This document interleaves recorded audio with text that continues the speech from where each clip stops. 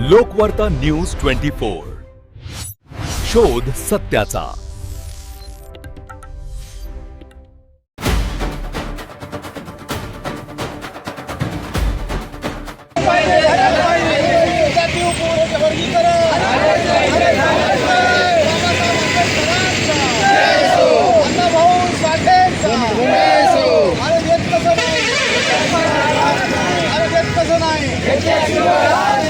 भारतीय संविधानाचा लोकशाहीचा वर्गीकरण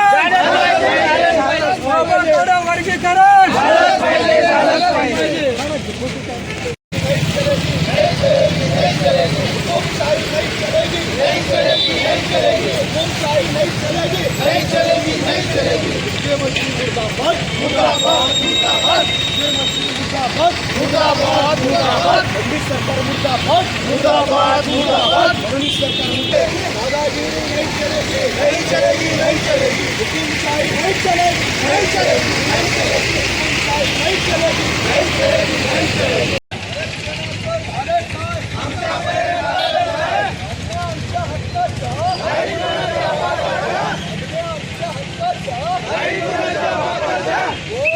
लोकस्वराज्य आंदोलनाचे संस्थापक अध्यक्ष आमच्या समाजाचे नेते गेले 2-3 दिवसाखाली धर्माबाद येतो मुंबई मी पदयात्रा मातक समाज आणि अनुसूचित यात्रा पाययात्रा काढलेली आहे। गेले 15 ते 20 वर्षापासून आरक्षणाची लढाई ही अशाही अतिशय जबाबदारीने सामाजिक मागणी लढतात आणि समाजाचा न्याय या ठिकाणी उपवर्गीकरण झालं पाहिजे आणि अनुसूचित जातीमधला जे वर्ग सुशिक्षित असून सुद्धा बेकार आहे आणि आर्थिकदृष्ट्या कमजोर झालेला आहे। बाबासाहेबांना या देशात सामाजिक न्याय अपेक्षित होता, समानता अपेक्षित होती, परंतु या ठिकाणी समानता सामाजिक न्याय नसून विषमता जास्त झालेली आहे। बाबासाहेब अपेक्षित राष्ट्र घडविण्याचा संकल्प त्याने केला आणि महापुरुषाची विचारात ऊर्जा घेऊन लोकांना न्यायासाठी धर्मावर मोकळी जात असताना मला फोन आला, या मार्गाने ती चालले होते। समाजाचा नेता हा सक्षम करतो, समाजाची लढाई लढतो, तर नेत्याला जपण्याचं काम हे समाजानं केलं पाहिजे आणि समाजाची लढाई लढणारे खूप कमी होतात, पण अतिशय जबाबदारीने सामाजिक बांधिलकी गेली 15 ते 20 वर्ष आपल्या कुटुंबाची पर्वा न करता समाजाच्या न्याय हितासाठी रस्त्यावर आहे। त्यांचा आम्हाला असा अभिमान आहे आणि ही लढाई यशस्वी होईपर्यंत त्यांच्या नेतृत्वाखाली समाज लढणार आहे। आणि अनुसूचित जाती आरक्षण वर्गीकरणाचा लढा अंतिम टप्प्यात आलेला। महाराष्ट्रात आम्ही गेल्या 30-35 वर्षापासून याविषयी रस्त्यावर राहून आंदोलन करतो। या सगळ्या आंदोलनाचा परिणाम म्हणून देशाच्या सर्वोच्च न्यायालयाने 1 ऑगस्ट 2024 रोजी एक क्रांतिकारक निर्णय दिलेला आहे, जो की अनुसूचित जातीच्या आरक्षणामध्ये उपवर्गीकरण करण्याचा अधिकार त्या राज्य सरकारांना आहे। हा निर्णय म्हणजे बाबासाहेब आंबेडकरांना अपेक्षित असलेला समतावादी समाज, शोषणमुक्त समाज घडवण्यासाठीचे एक ऐतिहासिक आणि क्रांतिकारी पाऊल आहे। या अनुषंगानं सुप्रीम कोर्टाचा निर्णय आल्याच्या नंतर आजूबाजूच्या राज्यामध्ये तेलंगणा, आंध्र, कर्नाटका, पंजाब, हरियाणा या राज्यांनी सुप्रीम कोर्टाच्या आदेशाची तातडीने अंमलबजावणी केली। महाराष्ट्र पुरोगामी आहे, महाराष्ट्र फुले शाहू आंबेडकरांचा महाराष्ट्र आहे, समतेचा पुरस्कार करणारा महाराष्ट्र आहे, परंतु या महाराष्ट्रामध्ये 2.5 वर्ष अनुसूचित जाती आरक्षणाच्या वर्गीकरणाचा अभ्यास करायला न्यायमूर्ती बदर समितीला कालावधी लागला। आता तो अहवाल सरकारकडे 16 मार्चला दाखल झालेला आहे। 30 एप्रिलला याच्यावरच्या हरकतीचा कालावधी संपलेला आहे।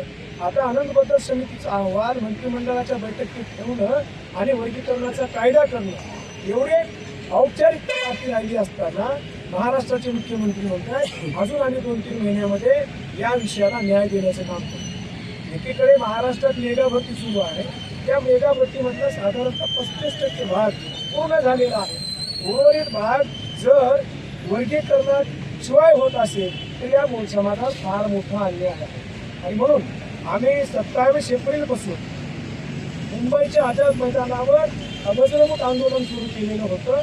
या आंदोलनाची दखल शासन घेत नव्हतं म्हणून 19 मे रोजी एक लक्षवेधी मोर्चा केला.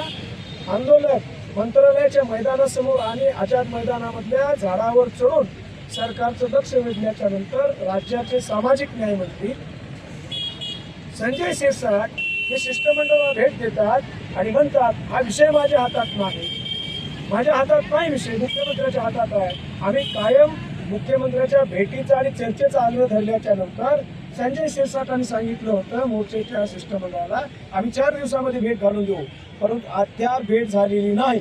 आणि मग काय करायचं? सरकार लोकशक्तीला, सरकार दबाव तंत्राला, सरकार लोक रस्त्यावर येऊन नासधूस केल्याशिवाय, कायदा हातात घेतल्याशिवाय लक्ष देत नाही, त्या प्रश्नावर तोडगा काढत नाही. ही पार्श्वभूमी आजपर्यंतच्या सत्ताधाऱ्यांची आहे. आता तसं आम्हाला करायचं नाही. आम्ही बाबासाहेबांचे अनुयायी आहोत, संविधानाला मानणारे लोक आहोत, परंतु आमचा संघर्षावर विश्वास आहे. म्हणून परवा दिवशीपासून धर्माबाद येथून अनुसूचित जातीच्या आरक्षणाचा प्रश्न तातडीने मार्गी लावावा यासाठी पदयात्रेच्या स्वरूपामध्ये आम्ही लोकांमध्ये जातो आहोत. लोकांना जागृत करून, संघटित करून सरकारला सांगत आहोत, जर सरकारनं याही पावसाळी अधिवेशनामध्ये हा प्रश्न मार्गी लावला नाही तर सरकारची खैर नाही. सरकारमधला एकही मंत्री रस्त्यानं फिरणार नाही. आमच्या जीवनावरणाचा प्रश्न आहे. हा समाज गेल्या 30-40 वर्षापासून सामाजिक न्यायाच्या प्रतीक्षेत आहे आणि सामाजिक न्यायाच्या प्रतीक्षेत असताना जाणीवपूर्वक विलंब करणे हा एक न्याय नाकारण्याचा प्रकार होऊ शकतो. ही गोष्ट आम्हाला मान्य नाही, बाबासाहेब आंबेडकरांना मान्य नाही.